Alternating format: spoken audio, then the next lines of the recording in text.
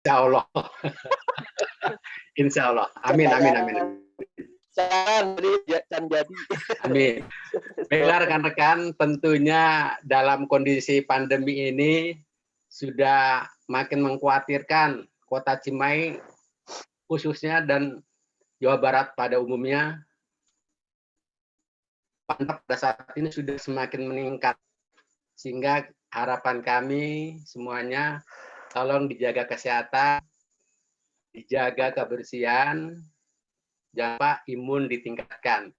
Kalau kurang vitamin C, tinggal menghubungi Bu Hani. Oh iya, ada jatah vitamin C ya sebenarnya. Butuhnya vitamin D, Pak. Ya, siap. Baiklah, untuk mengoptimalkan waktu, tentunya ini hari Jumat, kegiatan religius, jangan lupa kita laksanakan. Itulah adalah kewajiban untuk kaum lelaki. Selain tadi malam sudah melakukan sunnah Rasul, tentunya Jumatnya kita harus beribadah ke masjid. Demikian saja yang dapat kami antarkan sebagai pembuka. Emang belum wajib, Pak. Pembuka. Haram. Mudah-mudahan apa yang disampaikan oleh Bapak Pimpinan menjadi pencerahan, menjadi pembelajaran, dan menjadi review. Karena di Kota Cimahi pada tahun 2020 tidak ada kegiatan pilkada atau tidak ada tahapan. Oleh karena itu, dengan gagasan acara seperti ini, tentunya akan memberikan peluang buat kita saling belajar, saling membuka kembali apa yang menjadi bahan-bahan ke depannya manakala pemilu maupun pemilihan pada tahapan 25 bulan ke depan akan kita lalui. Itu saja sebagai pembuka dari kami. Untuk mengoptimalkan waktu, mangga Pak Pimpinan, waktu dan tempatnya kami persilakan. Sekian, terima kasih. Assalamualaikum warahmatullahi wabarakatuh. Waalaikumsalam warahmatullahi wabarakatuh. Kita mulai saja ya, izin. Buat kalau ada pimpinan lain yang bergabung, mangga. Kalau memang sedang ada aktivitas, silakan dilanjutkan. Assalamualaikum warahmatullahi wabarakatuh. Waalaikumsalam warahmatullahi wabarakatuh. Selamat pagi. Salam sejahtera untuk kita semua. Sampurasun. Sampurasun, halo? Sampai.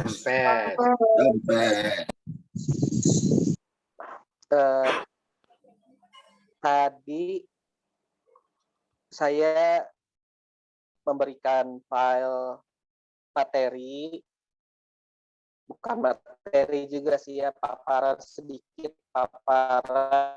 kepada Pak Yus. Mungkin nanti sama hostnya bisa di-share screen mungkin ya. Kalau hostnya mungkin Bu Hanifah, mungkin bisa di-share tampilan ini untuk membantu. Nah, nanti gitu aja dulu ya. Nah, nanti nextnya nanti ya. Nanti dulu, itu dulu. Oke, ini mendadak saya buat barusan setengah jam kira-kira sebelum kajian untuk memudahkan saya sebenarnya dalam menyampaikan agar sistematis, itu tidak kemana-mana bahasannya, dan doanya sih mudah-mudahan menjadi tambahan pengetahuan buat teman-teman staf Bawaslu Kota Cimahi plus teman-teman yang sedang internship atau magang, ya. Itu yang pertama. Yang kedua, namanya kajian bukan beda sama ngaji ya. Mengkaji sama ngaji beda ya. Ngaji mungkin ngadu aji, kalau kajian mungkin ada hal-hal pengetahuan yang bisa dibagikan, bukan kesaktian ya kalau kajian. Baik, judulnya yang saya ajukan ke teman-teman ini pemenuhan syarat formil dan material penanganan pelanggaran pemilu. catatan dari saya adalah kalau kita semua di Bawaslu Kota Cimahi ingin aman, selamat dari aduan ya, kode etik penanganan pelanggaran baik dari masyarakat maupun pelapor maupun terlapor, inilah salah satu rukun yang teman-teman harus kuasai. Gitu. Tidak sedikit teman-teman di kabupaten kota lain diadukan pelanggaran kode etik baik komisioner maupun sekretariatnya, alasannya karena Bawaslu tidak profesional dalam penanganan pelanggaran, terutama lalai dalam pemenuhan syarat formil dan material. Kira-kira itu sih tujuannya teman-teman ya. Mudah-mudahan tidak hanya divisi penanganan pelanggaran, tapi juga semua staf Bawaslu Kota Cimahi mengetahui apa saja syarat formil dan material, gitu ya. Setelah mengetahui, memahami apa saja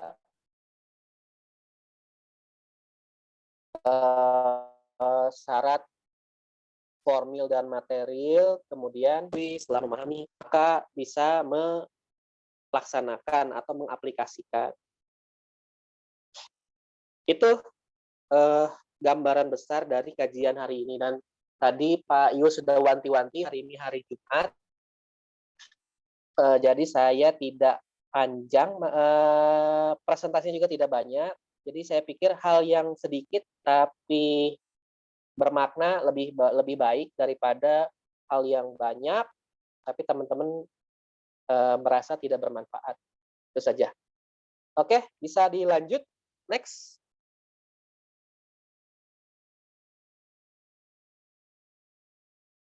Oke. Suara saya terdengar sama pendatang baru, Om Aldi, atau ada yang belum jelas, ada yang tidak mendengar suara saya? Jelas, Pak. Sudah, Pak. Iya. Kalau merasa tidak jelas atau ada distorsi, langsung bilangnya tidak jelas agar informasinya bisa 100% lah sampai gitu ya ke teman-teman. Jadi saya minta izin tidak akan lama-lama menyampaikannya. Mungkin teman-teman udah punya agenda gitu. Arthur, Aldi jadi khotib di beberapa masjid, mushola.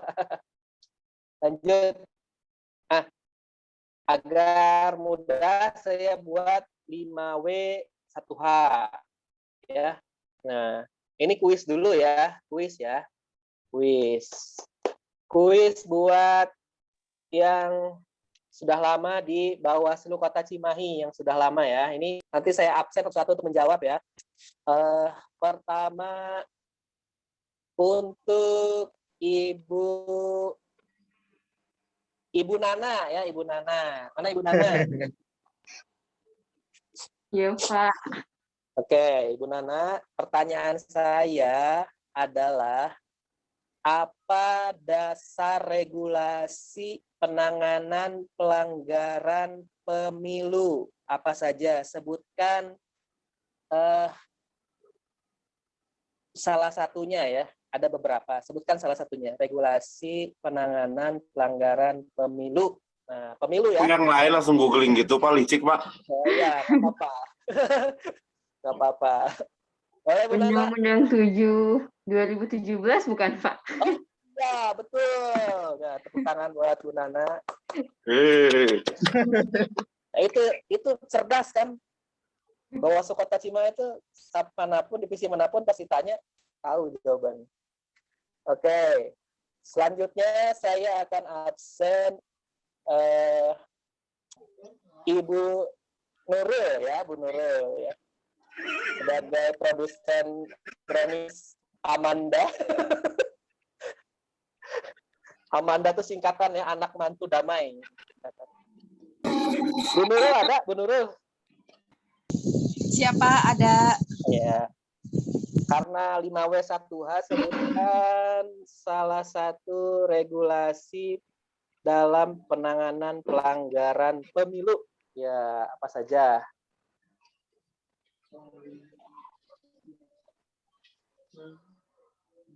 Bu Nurul? Mau pakai multiple choice? Ada pilihan, Pak. Oh, pilihan. Oke, minta pilihan. Oke, apa saja dasar regulasi penanggalan pemilu penanganan pelanggaran pemilu? A. Undang-Undang 7 tahun 2017. B. Perbawaslu 7 tahun 2018.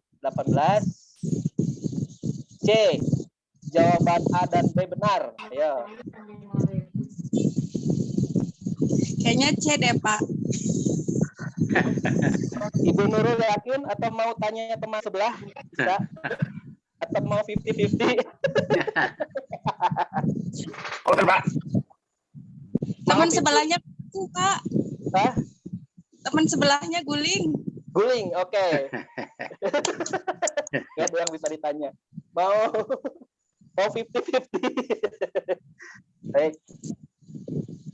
Jawaban Ibu Nurul sudah benar ya. Jadi dasar, tepuk tangan dulu dong, Bu Nurul. Setelah beberapa lama tidak mengadakan tahapan, masih ingat bahwa Undang-Undang 7 dan Perbawaslu 7 itu dasar penanganan pelanggaran ya. Baik, teman-teman ingat ya itu ya. Oke. Kemudian pertanyaan saya untuk teman-teman yang sudah lama itu adalah ibu-ibu dulu ya, karena emansipasi ya. Nanti kalau bapak-bapak terus ibunya marah. Ya. Jadi khas Pak. Iya, Ibu siapa lagi yang masih tersisa? Ibu Mira. Nah, ada Ibu Mira. Bu Mira. Ada, Pak. Oke. Pak, multi choice, Pak. Ya, menjodohkan kalau gitu, menjodohkan. Susah tapi nggak ada, harus ini langsung ya. Siapakah pihak yang dapat menjadi pelapor dugaan pelanggaran pemilu? Oke. Saya tahu. Bu Mira, ini jawaban ini ya. Jawaban esai yang ada pilihan. Menjebak. Coba Bu Mira, ada 3. Ini saya jodohkan ya. Jodohkan, Pak. Jodohkan ya. Oke. Yang pertama yang dapat menjadi pelapor itu 1, WNA. Salah. 2, WNI. 3, pemantau pemilu. 4, peserta pemilu. 5, WNI yang sedang dicabut hak pilihnya. Itu 3, 4. 2. WNI, Pak. Terus punya hak. Oh, belum, Pak.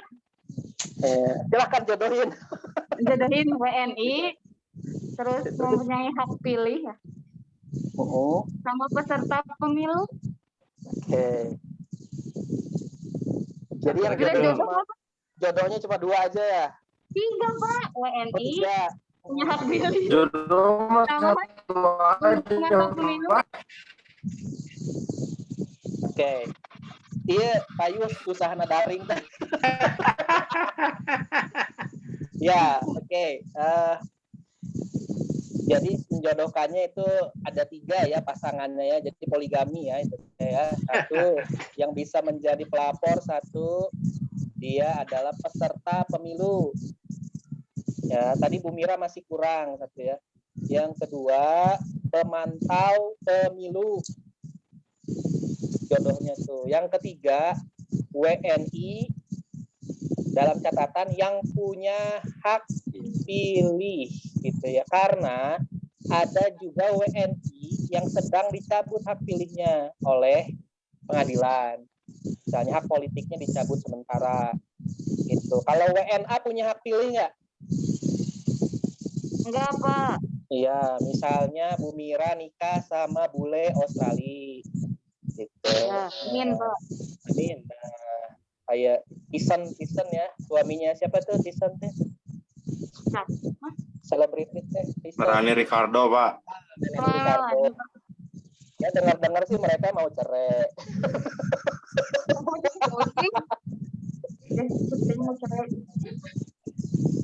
Misalnya ya, jadi selama Tyson itu belum menjadi WNI, Tyson tidak boleh menjadi pelapor. Gitu. Ya, jadi jodohnya ada 3 pelapor itu ya. 1, WNI yang punya hak pilih. Yang kedua, pemantau pemilu. Yang ketiga, peserta pemilu. Peserta pemilu itu siapa? Oke. Ini saya berikan pertanyaannya kepada perempuan selanjutnya, Ibu siapa ya? Persisa. Bu Ade ada. Amanda. Bu Amanda, ya boleh Bu Amanda. Ya, mana sih? Siapakah peserta pemilu itu, Bu Amanda? Setting aja, Nak. Bu Amanda ada pulsa?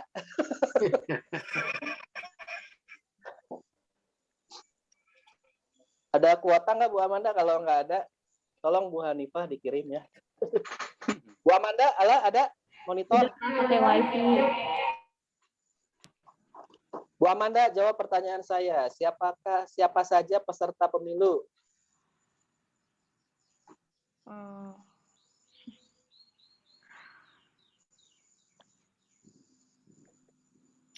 Tahu. Hah?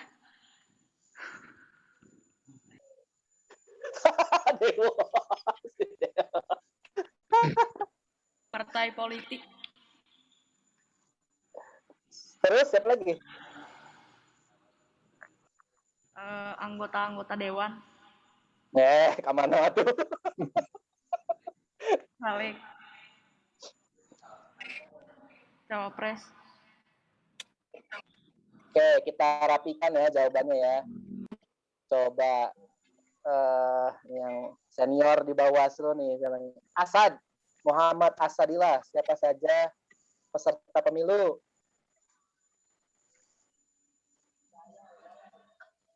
Asad? Peserta pemilu untuk penindakan pelanggaran biasanya Tanya dibuka, Pak.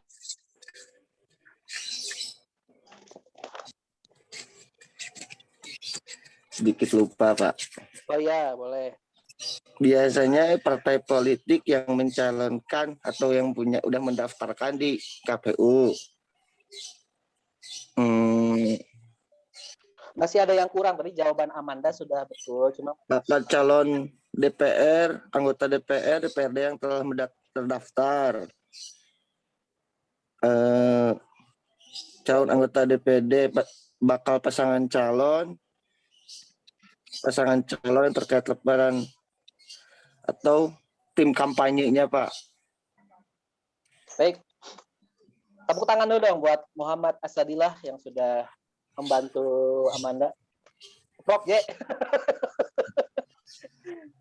Jadi jawabannya kita rapikan bahwa peserta pemilu itu pertama partai politik yang untuk pemilu, jadi yang berhak ya yang sudah terdaftar pada pemilu.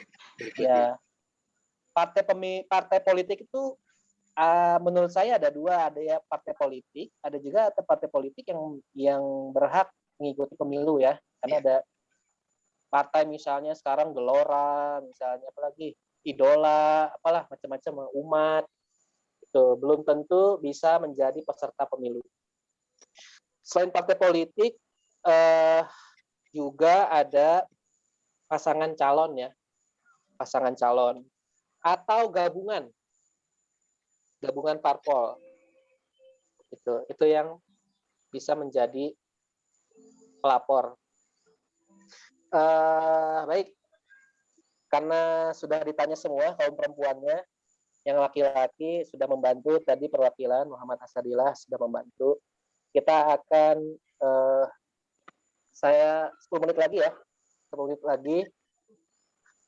5W 1H, apa siapa, di mana, kapan, bagaimana, dan mengapa. Nah, pertanyaan apa, siapa, di mana, kapan itu mungkin mudah gitu ya dianalisis. Tapi bagaimana dan mengapa, itulah pentingnya fungsi penanganan pelanggaran gitu ya. Jadi teman-teman nanti akan mengetahui bagaimana caranya menangani dan akhirnya di ujung paling atas mengetahui motifnya kenapa sih terjadi dugaan pelanggaran gitu ya. Jadi kalau bertarik dengan dunia-dunia investigatif, detektif, pengungkapan kebenaran ya disinilah tempatnya ya di penanganan pelanggaran.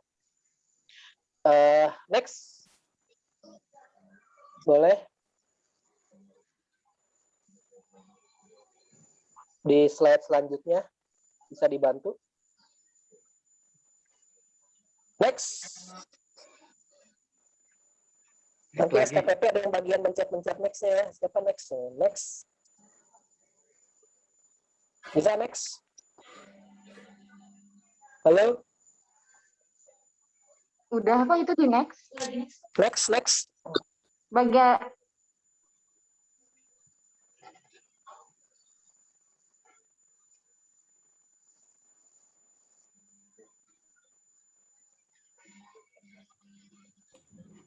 Pak, ini sudah di-share, udah di next dari tadi, udah halaman ke-9.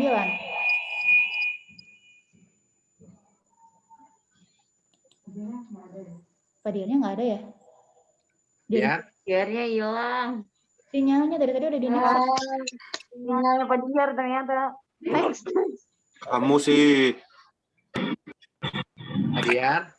Pak. Kamu sih nggak bisa jawab, Mir. Jurus kage bunsin dulu Pak dia. Pak Diarnya menghilang. Iya, Pak Diarnya hilang. Asad, peserta Asad. Peserta pemilu. Udah dapat belum itunya uang komunikasinya? Aku udah dong, udah Kayaknya langsung belum deh. dapat 70 giga simpati. Teh Om Jaema, uang komunikasi tadi buat nonton drama Korea. Hah? Udah nanyain soalnya. Astagfirullah. Lagi kiong-kiong deh. Enggak, Teh. Jay. Adiar. Jay, ada nih drama yang kamu suka banget, dramanya si Song Kang. Oh iya. Ini Jay ke kamu banget, Jay. Itu kan Jay banget, yakin tetap gerak. Ya belum. Saya rekomendasi 18 tahun ke atas lain? 19 tahun. Oh, 19. Wah, si Asad teu meunang ngalajo atuh si Asad mah. Menurut BA Pleno KPU di mana disimpannya? Ada di Bindek, Pak. Ya, tentu. Pak Yus gimana Pak Yus, Pak Diar? Udah join teh. Udah muncul Bu Hani. Sok, PPT-nya keluarin, munculkan lagi. Itu salah siapa ya? Salah Telkom ya? Sebentar Pak. Yang ini videonya ya?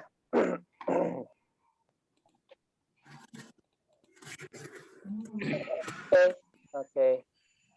Lanjut. Lanjut ya, mohon maaf sinyal kurang bagus.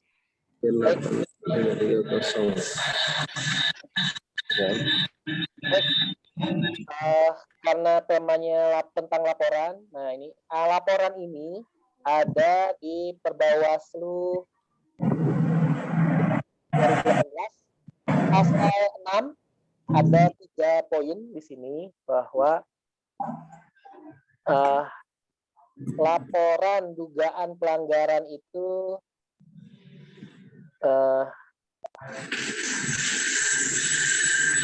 bisa disampaikan, harus disampaikan ya, mesti ada 3 rukunnya di sini oleh pelapor.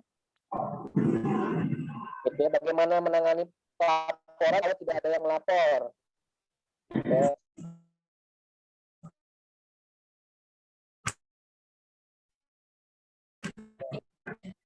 Yang kedua,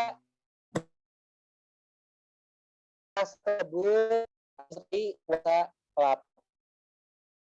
Nah, pada minggu kemarin kita menangani laporan yang didampingi oleh kuasa hukum pelapor. Dalam hal ini kasus permohonan dari Dedi Suwandi ya kalau nggak salah ya. Pak Ahmad kalau nggak salah. Rahmat Setiabudi kalau nggak salah nama kuasa hukumnya. Dia mengkuasakan kasusnya dugaan laporan itu pada pengacaranya Pak Rahdi. Dan ini hal berat, tapi hal ini bisa menjadi duri ya kalau teman-teman tidak mengetahui bahwa ada penguasaan kuasanya kita rasa pelapor. Kemudian kalau memang itu dia kuasa hukumnya, seorang hukum atau advokat mungkin ya, itu kita kartu tanda anggota ya, Om Aldi ya, ada lisensi ya, teman-teman yang profesi advokat itu ada lisensi, ada apa nih, masih kartu KTA tanda karena IKC advokat sudah single bar, multi-bar, jadi kita harus tahu apa saja ikatan profesi advokat yang ada, namanya ada KAI, apalagi Om Aldi, Pradi Pak, KAI sama Pradi. Ferrari ya, Ferrari-nya. Ada Ferrari ya. Ferrari mobil Pak. Ayah tuh ikatannya Ferrari.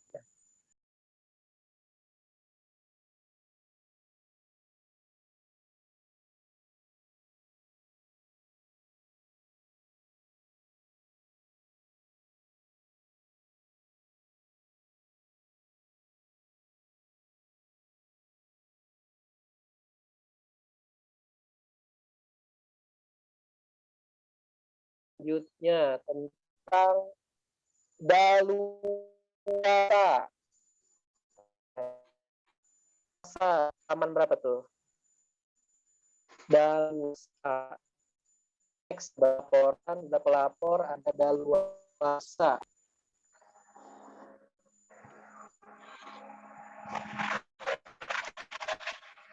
Dasa. Teks. Hani. Assalamualaikum Bu Hani, Pak. Jaringannya jelek, Pak. Slide-nya. Oh, jelek. Terus lagi. Tunggu ya. Nah, inilah masalah daring, jaringan. Next. Daluarsa. Oke. Nah, ini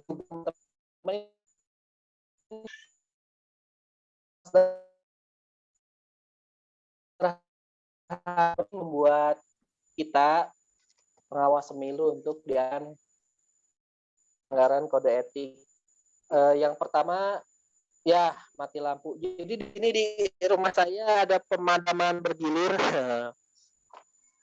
Lampunya sudah dimatikan nanti sampai sore. Baik, daluarsa itu 7 hari anggaran. Jadi teman di front office sebagai misalnya dia melaporkan dugaan, kan teman-teman boleh menanyakan ini kapan diketahuinya. Misalnya kalau hari ini tanggal 2, oke. Nah, pertanyaan saya kepada yang belum ditanya siapa ya? Kepada Arthur misalnya. Diketahuinya tanggal 2, daluarsanya tanggal berapa tuh? Ketahui kalau pelapor sih 7 hari menurut saya Pak. Soalnya itu masuknya formil, formil. Ini Benar, studi Pak. kasus, studi kasus. Oh, studi Kalau kasus. kalau Arthur tahunya kejadiannya tanggal 2, misalnya si menyebar berita bohong, misalnya berita jahat, ya, tanggal 2 hari ini tahu, kira-kira daluarsanya tanggal berapa tuh? Soal kajian awal itu 2 hari, Pak. Berarti 2, 3, 4. Tanggal 4 daluarsanya. Tanggal 4, soalnya 2 hari. Daluarsa laporan, maksudnya pelaporan itu tanggal 4. Ya. Oke. Coba adakah pendapat lain dari Bu Hani? Belum ditanya ya, Bu Hanifah tanggal berapa? Kalau diketahuinya tanggal 2 Juli, daluarsanya tanggal berapa? 2 Juli, Pak. Ya, kalau peristiwanya diketahui sama Bu Hanifah 2 Juli, kadaluarsanya tanggal berapa? Sebentar, Pak, lagi ngitung. Oh, ngitung ya, sok ya tanggal. Percanten lah, jago ngitung. Mungkin ya, Pak ya, tanggal 13 Juli bukan, Pak? Tanggal berapa? 13 Juli. 13 Juli. Baik. Nah, sudah ada 2 yang memberikan pendapat. Kita minta satu lagi deh kalau gitu. Kalau kata Arthur tanggal 4, tanggal 13 kata Bu Hanifah. Coba El Jailani, kapan daluarsanya? Kalau daluarsa pelaporan ya, sesuai dengan Perbawaslu 7 pasal 7. Itu. Kalau diketahuinya tanggal 2 Juli, daluarsanya sampai tanggal berapa? Coba Om El Jailani. Ini ya, Pak Hanifah. 11, Pak. Tanggal 11. Tanggal 11. Tanggal 11. Ya. 11. Iya. Gimana Bu Hanifah? Direvisi apa tanggal 12 Juli? Tanggal 12 Juli. Semuanya tanggal 12 Juli ya. Yo, baik. Kita lihat ya bareng-bareng ya, berhitung ya bareng-bareng. Karena diketahuinya tanggal 2 itu hari Jumat. Hari Jumat itu hari kerja. Ya. Nah, karena ada catatan bahwa hari adalah hari kerja sesuai dengan Perbawaslu 7 pasal 1 angka 34. Itu bukan hari adalah hari kalender ya. Nah, hati-hati nanti ada perbedaan antara hari kalender dengan hari kerja.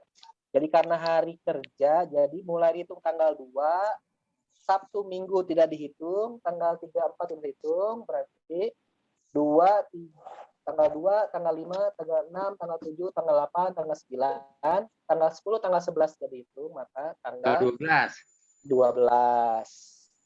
Ya. Itu kira-kira menghitungnya. Itu ya.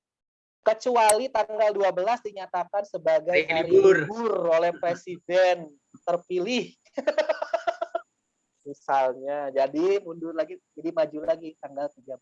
Iya. Gitu. Nah, sekarang memang masih ada pertanyaan, bagaimana jamnya? Nah, itu. Hari adalah hari kerja, jam adalah jam. Ya. Ya jam kerja. Nah, diketahuinya, jadi kita menghitungnya selesai sementara ini ya, tafsirannya ya jam kerja pada saat kita penanganan pelanggaran ya, tapi nanti kita akan kaji lagi gitu ya lebih mendalam bagaimana apakah setelah bergantinya hari itu apakah berakhirnya jam kerja kita misalnya jam 4 misalnya atau jam 5 dan nanti kita menerima itu. Kita sepakati ya bahwa 7 hari itu adalah 7 hari kerja. Oke, itu yang teman-teman jangan lupa dan diinformasikan nanti kepada masyarakat kalau mau lapor ke Bawaslu jangan disimpan-simpan informasinya gitu. 7 hari kerja sejak terjadinya dugaan pelanggaran. Kira-kira gitu. Jadi masih ada waktu buat masyarakat, buat pelapor, WNI, memantau untuk mengumpulkan kembali saksi dan bukti. 7 hari itu diberi waktu Kalau mereka lupa, foto-fotonya kumpulkan, videonya kalau ada, atau uangnya ada, screenshotnya ada, saksinya ada di mana aja, siap dikonsolidasikan. Nah itu mungkin menurut saya fungsi 7 hari gitu ya, jadi panjang waktu untuk pelapor menyiapkan. Oke, selanjutnya next. Halo. Punten, Pak. Ya, baik. Penerimaan laporan. Nah, ini ada beberapa poin di pasal 8 Perbawaslu 7. Itu dinyatakan ya bahwa laporan diterima secara langsung di kantor pengawas pemilu. Formnya form B1. Ya. Ini menjadi catatan buat kita semua di tahun 2024 insya Allah. Semoga pandemi berakhir bahwa laporan ini dilakukan secara langsung ya, tatap muka gitu ya, tidak daring di kantor pengawas pemilu. Gitu, sehingga nanti pada saat tahapan harus selalu ada teman-teman staf sekretariat Bawaslu Kota Cimahi untuk menerima laporan ini gitu ya, semacam FO hotel bisa ya, FO hotel atau FOS sentra pelayan SPKT polisi kan selalu ada yang piket tuh di depan. Nah itulah fungsinya untuk menerima laporan dari masyarakat ya, dalam hal ini yang berhak menjadi pelapor. Terus yang kedua, kita mesti menyediakan selalu ada formulir penerimaan laporan. B2. Iya, berdasarkan keterangan pelapor secara rinci dan lengkap. Nah, rinci dan lengkap itu rukunnya itu 5W 1H minimal ya, 5W 1H. Jadi Bapak ini misalnya melaporkan apa Pak? Apa, siapa, kapan, di mana, bagaimana, mengapa, dan dan lain-lainnya 5W 1H-nya itu dinyatakan pada laporan tersebut.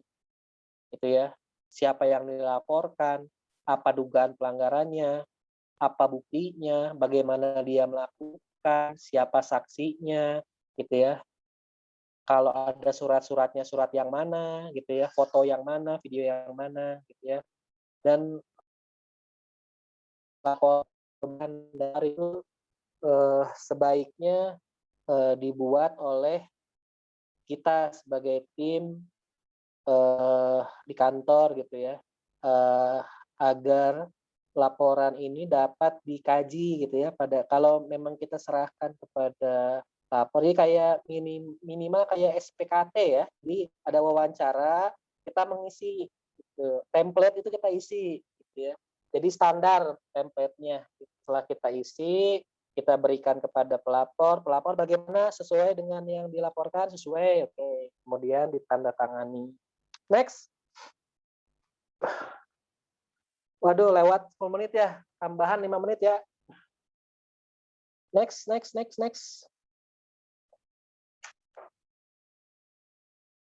Oke, 3. Oke. Terus nih ada poin di mana identitas fotokopi kartu KTPL dan atau kartu identitas lain. Jadi kita menerima identitas lain selain KTPL gitu ya, dan atau misalnya SIM atau paspor atau apalagi Pak, misalnya surat keterangan sementara ya kalau KTP-nya belum jadi mungkin ya, sebagai bukti identitas.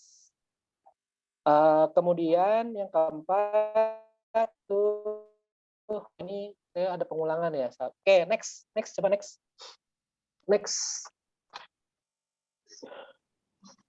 Menandatangani formulir penerimaan laporan dugaan pelanggaran pemilu, ini beberapa syarat di Perbawaslu itu adalah kesesuaian nanti antara tanda tangan pelapor dengan identitas di kartu KTP elektronik. Ini menjadi bahasan kemarin waktu pembahasan dengan jaksa dan polisian, bahwa tanda tangan pelapor mesti sama dengan tanda tangan yang ada di identitasnya, di KTPL-nya kah, atau di surat keterangan lainnya ya, yang ada tanda tangannya.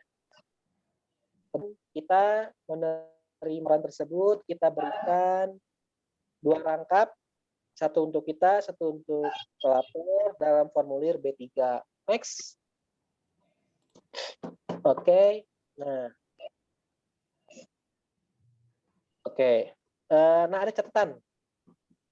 Penomoran ini untuk menghindari kesalahpahaman gitu ya dalam administrasi. Jadi laporan misalnya ada 100 laporan yang masuk, belum tentu semuanya diregistrasi. Jadi kita mesti punya disebutnya nomenklatur ya, penomoran, membedakan antara laporan yang masuk dengan laporan yang diregis. Misalnya ada 100 laporan yang masuk, tapi yang diregis setelah kajian itu hanya 50.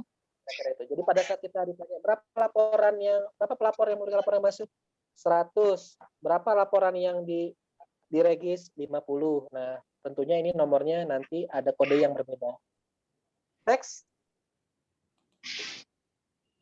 Oke, nah ini masuk ke intinya bahwa syarat formil. Ini yang teman-teman setidaknya mesti mengetahui. Satu, ada identitas pelapor, ada yang terlapor, itu ya, ada who-nya itu ya, siapa yang melapor, siapa yang melaporkan, when-nya, kapan waktunya, tidak yang sesuai dengan syarat formil, tidak melebihi daluarsa 7 hari sejak diketahui.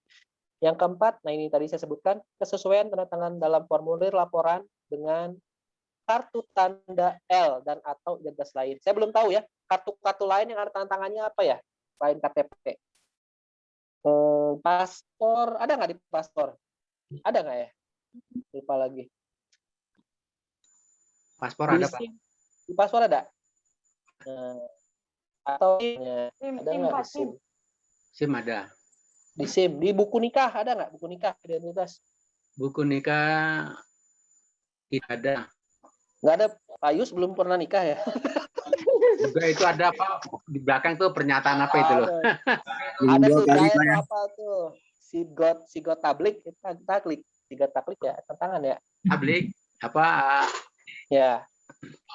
Pokoknya yang ada tanda tangannya aja, yang kartu yang di dompet kita yang ada tanda tangannya itu mungkin bisa dijadikan sebagai identitas lain selain KTP.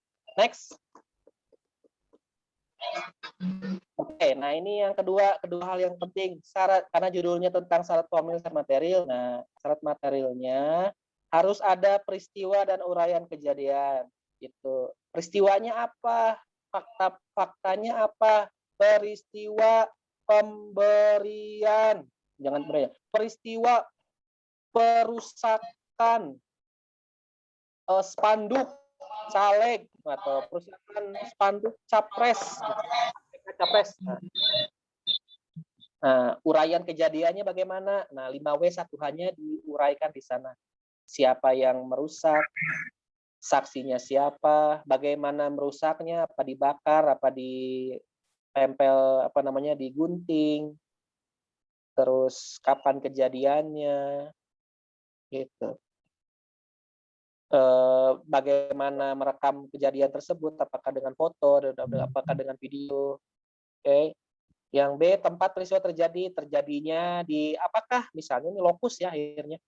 Apakah peristiwa perusakan itu terjadi di wilayah hukum Kota Cimahi atau misalnya di Pangandaran misalnya. Foto caleg Cimahi ada di Pangandaran, kita menjadi kajian. Kemudian saksi, kemudian bukti. Next. Ini yang terakhir ya. Terakhir. Nah, ini yang beberapa komisioner provinsi dan RI sebagai literasi bahwa ada perbedaan antara barang bukti sama alat bukti. Ini alat bukti untuk di pengadilan ya, yang bisa kita, makanya dalam kajian tidak hanya kita meminta keterangan saksi, tapi juga kita dapat meminta keterangan ahli ya. Beberapa kabupaten kota lain mengundang misalnya ahli pidana, ahli IT, ahli bahasa, atau ahli ahli apalagi ya, ahli yang suka diundang. Kalau misal ahli kesehatan misalnya terkait misalnya untuk penyelesaian dugaan pelanggaran, biasanya yang diundang tuh yang kemarin kajian itu ahli bahasa, ahli hukum pidana biasanya yang diundang Bawaslu. Kemudian ada bukti petunjuk, ada petunjuknya yang kalau tidak salah ya, kayak video, kayak foto, itu bisa ditetapkan sebagai petunjuk dalam alat bukti. Keterangan terdakwa dan surat. Oke, itu next. Nah, itulah akhir dari saya. Saya sudah molor 10 menit dari rencana. Terima kasih atas kesediaan teman-teman sekretariat untuk mendengarkan saya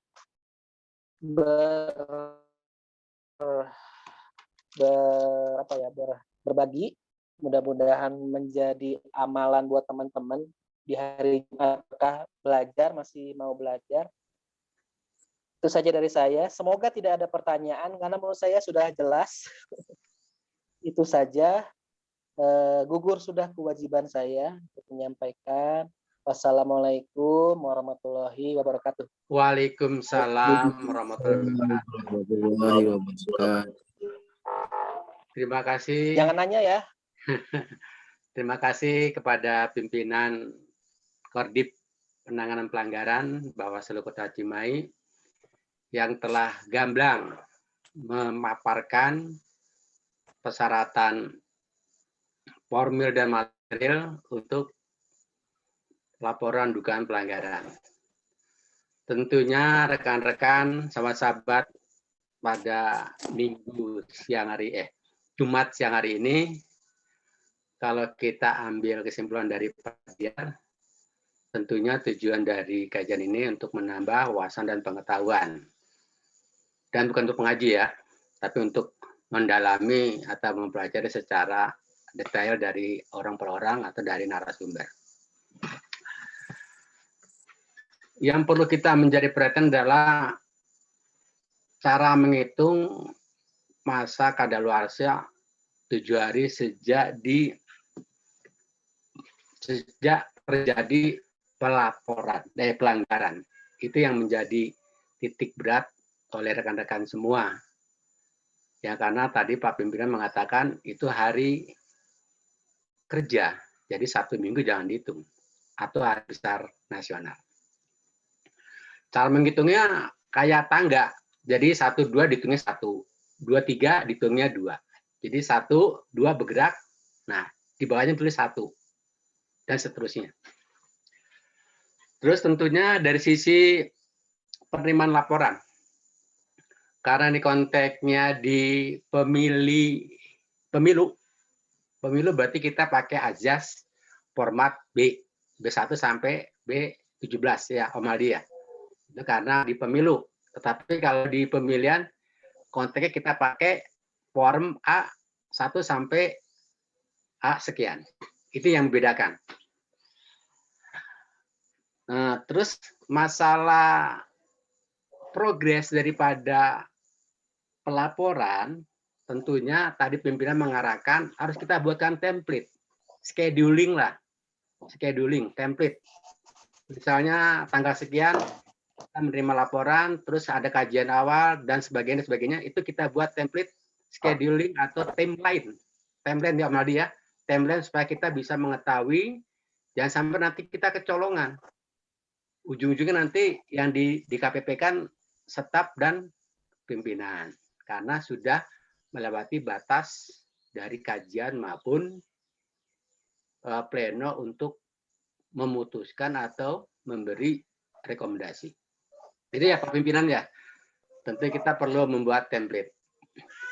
Itu saja mungkin yang dapat kami simpulkan, kurang lebihnya kalau ada yang perlu ditanyakan, Jangan. Dah. kalau Nanti di ditanyakan, kantor. kita Nanti di bisa kantor. melalui daring ini atau bisa langsung menghadap ke pimpinan di meja Ya, itu. panas.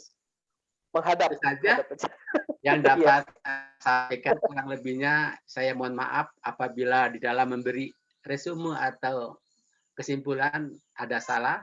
Nanti kita perbaiki di belakang layar. Nanti Demikian. kita perbaiki di Cipas. Demikian yang dapat saya sampaikan, pimpinan dan rekan-rekan. Siap. Acara selanjutnya kami serahkan ke MC atau pembawa acara. Wabillahi taufiq hidayah. Assalamualaikum warahmatullahi wabarakatuh. Salam. Allah wabarakatuh. Salam. Terima kasih Anwar yang sudah dapat memberikan materi PP hari ini. Terima kasih juga kuis-kuisnya, pertanyaan-pertanyaannya yang memang bagi saya pribadi aja saya senang Pak, walaupun sudah 5 tahun di Bawaslu. Terima kasih banyak juga kepada rekan-rekan yang sudah dapat bergabung pada Zoom kajian mingguan.